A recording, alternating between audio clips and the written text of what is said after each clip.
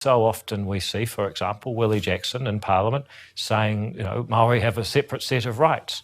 Well, I'm not sure that that's true in all eternity. I think at some point you're a human being born into this country with the same rights and duties as all others, with past wrongs put right and 1/5,000,000th of the opportunity to go forward. That is a vision that I think is more compelling. It has more examples of success around the world, and it's more likely to leave us as a successful country. What we don't support is the idea that there should be a separate Māori health authority, the idea that there should be basically two versions of science, the idea that Three Waters infrastructure that has been built by all people through democratically elected council since the Auckland Drainage Board in 1845 should somehow have two different sets of governance.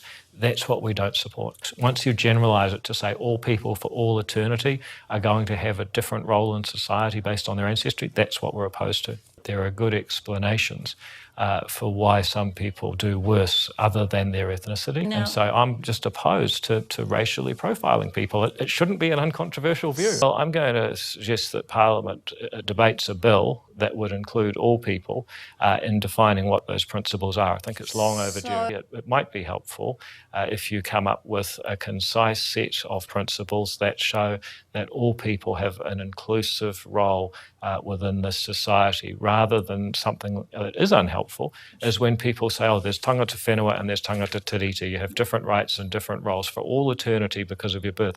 That's divisive. That's unhelpful.